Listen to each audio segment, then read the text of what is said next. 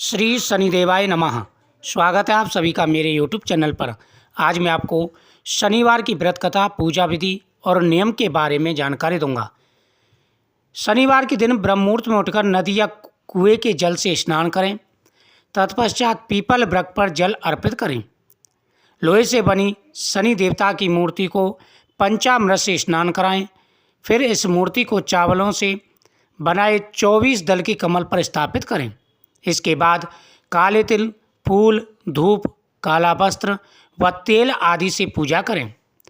पूजन के दौरान शनि के इन 10 नामों का उच्चारण करें: कौणस्थ, कृष्ण, पिपला, शौरी, यम, पिंगलो, रौद्रत को, भृगु, मंद, शनिश्चर। पूजन के बाद पीपल के वृक्ष के तने पर सूत से 7 बार परिक्रमा करें, धागा लपेटें और शनिदेव की प्रार्थना करें।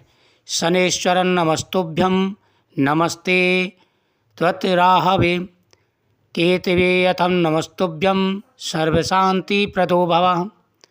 इसी तरह 7 शनिवार तक व्रत करते हुए शनि के प्रकोप से सुरक्षा के लिए शनि के मंत्रों की आहुति दें, मंत्रों की जाप करें। इससे शनिदेव प्रसन्न हो जाते हैं। राहु की कुदृष्टि से सुरक्षा के लिए दुर्वा की संहिता में, केतु की सुरक्षा के लिए केतु मंत्र में, कुशा की संहिता में कृष्ण जौ यानी काले जौ, काले तिल से 108 आहुति दें। फिर अपनी क्षमता अनुसार ब्राह्मण को भोजन कराएं तथा लोह वस्तु, धन आदि का दान करें। इस तरह शनिदेव का व्रत करने से दुर्भाग्य भी सौभाग्य में बदल जाता है तथा हर विपत्ति दूर हो जाती है। भगवान शनिदेव की पूजा करने के बाद में इस कथा का श्रवण करें। इससे शनि की 7.5 दूर होती है और कुदृष्टि भी दूर होती है। एक समय स्वर्गलोक में सबसे बड़ा कौन है, इस प्रश्न पर विवाद छिड़ गया। विवाद इतना बड़ा कि परस्पर भयंकर युद्ध की स्थिति बन गई। निर्णय के लिए सभी देवता देवराज इंद्र के पास पहुंचे और बोले, हे देवराज, आपको निर्णय करना होगा कि हम में से सबसे बड़ा कौन है। देवताओं का प्रश्न सुनकर देवराज इंद्र उलझन में पड़ गए। देवराज इंद्र बोले, मैं इस प्रश्न का उत्तर देने में असमर्थ हूँ। हम सभी पृथ्वीलोक में उज्जैनी नरेश राजा विक्रमादित्य के पास चलते हैं, क्योंकि वह न्यायप्रिय देवता हैं और न्याय सही करेंगे। क्योंकि इंद्र ने उत्तर इसलिए नहीं दिया कि जिस को भी छोटा बताता उसी के साथ इंद्र की शत्रुता बन जाती। देवराज इंद्र सहित सभी ग्रह देवता उज्जैनी नगरी पहुँचे। महल में पहुंचकर जब देवताओं ने उनसे अपना प्रश्न पूछा तो राजा विक्रमादित्य भी कुछ देर के लिए परेशान हो उठे, क्योंकि सभी देवता अपनी अपनी शक्तियों के कारण महान थे। किसी को भी छोटा या बड़ा कह देने से उनके क्रोध के प्रकोप से भयंकर हानि पहुंच सकती थी। अचानक राजा विक्रमादित्य को एक उपाय सूझा और उन्होंने विभिन्न धातुओं स्वर्ण, रजत, चांदी, कांसा, ताम्र, सीसा, रांगा, जस्ता, अभ्रक व लोहे के 9 आसन बनवाए। धातुओं के गुणों के अनुसार सभी आसनों को एक एक के पीछे रखकर उन्होंने देवताओं को अपने अपने सिंहासन पर बैठने के लिए कहा। देवताओं के बैठने के बाद राजा विक्रमादित्य ने कहा, आपका निर्णय तो स्वयं हो गया। जो सबसे पहले सिंहासन पर विराजमान है वही सबसे बड़ा है। राजा विक्रमादित्य के निर्णय को सुनकर शनिदेव ने सबसे पीछे आसन पर बैठने के कारण अपने को छोटा जानकर क्रोधित होकर कहा, राजा विक्रमादित्य, तुमने मुझे सबसे पीछे बैठाकर मेरा अपमान किया है। तुम मेरी शक्तियों से परिचित नहीं हो। मैं तुम्हारा सर्वनाश कर दूंगा। शनि ने कहा, सूर्य एक राशि में 1 महीने, चंद्रमा 2.25 दिन, मंगल 1.5 महीने, बुध और शुक्र 1 महीने, बृहस्पति 13 महीने रहते हैं। लेकिन मैं किसी राशि पर 7.5 वर्ष यानी 7.5 और 2.5 वर्ष तक दृष्टि डालता हूँ। बड़े बड़े देवताओं को मैंने अपने प्रकोप से पीड़ित किया है। राम को 7.5 के कारण ही वन में जाकर रहना पड़ा और रावण को 7.5 के कारण ही युद्ध में मृत्यु का शिकार होना पड़ा।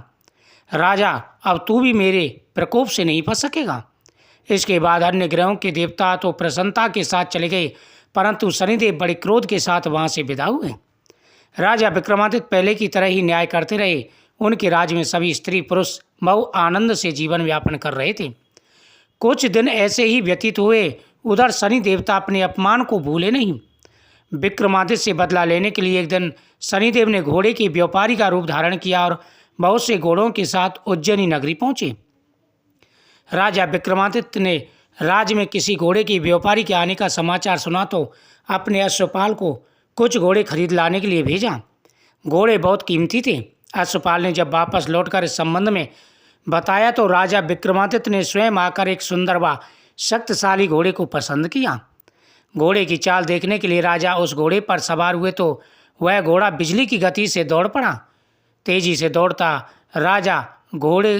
घोड़ा तेजी से राजा को दूर जंगल में ले गया और फिर राजा को वहां गिराकर जंगल में गायब हो गया। राजा अपने नगर को लौटने के लिए जंगल में भटकने लगा, लेकिन उन्हें लौटने का कोई रास्ता नहीं मिला। राजा को भूख प्यास लगाई। बहुत घूमने पर उसे एक चरवाहा मिला। राजा ने उसे पानी मांगा। पानी पीकर राजा ने उस चरवाहा को अपनी अंगूठी दे दी। फिर उससे रास्ता पूछकर वह जंगल से निकलकर पास के नगर में पहुंचा। राजा ने एक सेठ की दुकान पर बैठकर कुछ देर आराम किया। उस सेठ ने राजा से बातचीत की तो राजा ने उसे बताया कि मैं उज्जैनी नगरी से आया हूँ। राजा के कुछ देर दुकान पर बैठने से सेठ की बहुत बिक्री हुई। सेठ ने राजा को बहुत भाग्यवान समझा और खुश होकर उसे अपने घर भोजन के लिए ले गए। सेठ के घर में सोने का हार खूंटी पर लटका हुआ था।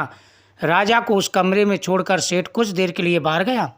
तभी एक आश्चर्यजनक घटना घटी। राजा के देखते देखते सोने का हार खूंटी निकल गई। सेठ ने कमरे में लौटकर हार को गायब देखा तो चोरी का संदेह राजा पर ही गया, क्योंकि उस कमरे में राजा अकेला बैठा था। सेठ ने अपने नौकरों से कहा कि इस परदेशी को रस्सियों से बांधकर नगर के राजा के पास ले चलो। राजा ने विक्रमादित्य के हार के बारे में पूछा तो उन्होंने बताया कि उसके देखते खूंटी हार निकल गई। इस पर राजा ने क्रोधित होकर चोरी करने के आरोप में विक्रमादित्य के हाथ पांव काटने का आदेश दे दिया। राजा विक्रमादित्य के हाथ पांव काटकर उसे नगर की सड़क पर छोड़ दिया गया। कुछ दिन बाद एक तेली उसे उठाकर अपने घर ले गया। उसे अपने कोलू पर बैठा दिया। राजा आवाज़ देकर बैलों को हाँकता रहा। इस तरह तेली का बैल चलता रहा और राजा को भोजन मिलता रहा। शनि के प्रकोप से 7:30 ही पूरे होने पर वर्षा ऋतु प्रारंभ हुई। राजा विक्रमादित्य एक रात मेघ मल्हार गा रहे थे। तभी नगर के राजा की लड़की राजकुमारी मोहिनी रथ पर सवार होकर तेली के घर से गुजरी। उसने मेघ मल्हार सुना तो बहुत खुश हुई और दासी को भेजकर गाने वाले को बुला लाने को कहा। दासी ने लौट करके राजा विक्रमादित्य के बारे में बताया तो वह खुद वहां पर गई और राजा के लाख मना करने पर भी उन्होंने विक्रमादित्य के साथ विवाह करने के लिए प्रस्ताव रखा। राजा विक्रमादित्य के साथ उसका विवाह हो गया। राजकुमारी ने अपने माता पिता से यह बात कही। वह हैरान हो गई। रानी ने मोहिनी को समझाया, बेटी तेरे भाग्य में तो किसी राजा की रानी होना लिखा है, फिर तू इस अपंग से विवाह करके अपने पाँव पर कुल्हाड़ी क्यों मारती है। राजकुमारी ने अपनी जिद नहीं छोड़ी। अपनी जिद पूरी करने के लिए उसने भोजन करना छोड़ दिया और प्राण त्याग देने का निश्चय किया। आखिरकार राजा रानी को बेबस होकर अपंग विक्रमादित्य से राजकुमारी का विवाह करना पड़ा, लेकिन किसी को ये पता नहीं था कि ये विक्रमादित्य हैं। आखिरकार राजा रानी ने बेबस होकर के अपंग विक्रमादित्य से राजकुमारी का विवाह कर दिया। विवाह के बाद राजा विक्रमादित्य और राजकुमारी तेली के घर में रहने लगे। उसी रात स्वप्न में शनिदेव ने राजा से कहा, राजन, तुमने मेरा प्रकोप देख लिया। मैंने तुम्हें अपने अपमान का दंड दिया। राजा ने शनिदेव से क्षमा याचना करने को कहा और प्रार्थना की, हे शनिदेव, आपने जितना दुख मुझे दिया अन्य किसी को मत देना। शनिदेव ने कुछ सोचकर कहा, राजन, मैं तुम्हारी प्रार्थना स्वीकार करता हूँ। जो कोई भी स्त्री पुरुष मेरी पूजा करेगा, शनिवार को व्रत करके मेरी व्रत कथा सुनेगा, उस पर मेरी कृपा बनी रहेगी। प्रातःकाल राजा विक्रमादित्य की नींद खुली तो अपने हाथ पांव देकर राजा को बहुत खुशी। उसने मन ही मन शनिदेव को प्रणाम किया। राजकुमारी भी राजा के हाथ पांव सही सलामत देकर आश्चर्य में डूब गई। तब राजा विक्रमादित्य ने अपना परिचय देते हुए शनिदेव के प्रकोप की सारी कहानी सुनाई। सेठ को जब इस बात का पता चला तो दौड़ता हुआ तेली के घर पहुंचा। राजा के चरणों में गिरकर क्षमा मांगने लगा। राजा ने उसे क्षमा कर दिया, क्योंकि यह सब शनिदेव के प्रकोप से हुआ था। सेठ राजा को अपने घर ले गया और उसे भोजन कराया। भोजन कराते समय वहाँ एक आश्चर्यचक घटना घटी। सबके देखते देखते उस खूंटी ने हार उगल दिया। सेठ जी ने अपनी बेटी का विवाह भी राजा के साथ कर दिया और बहुत से स्वर्ण आभूषण धन आदि देकर विदा किया।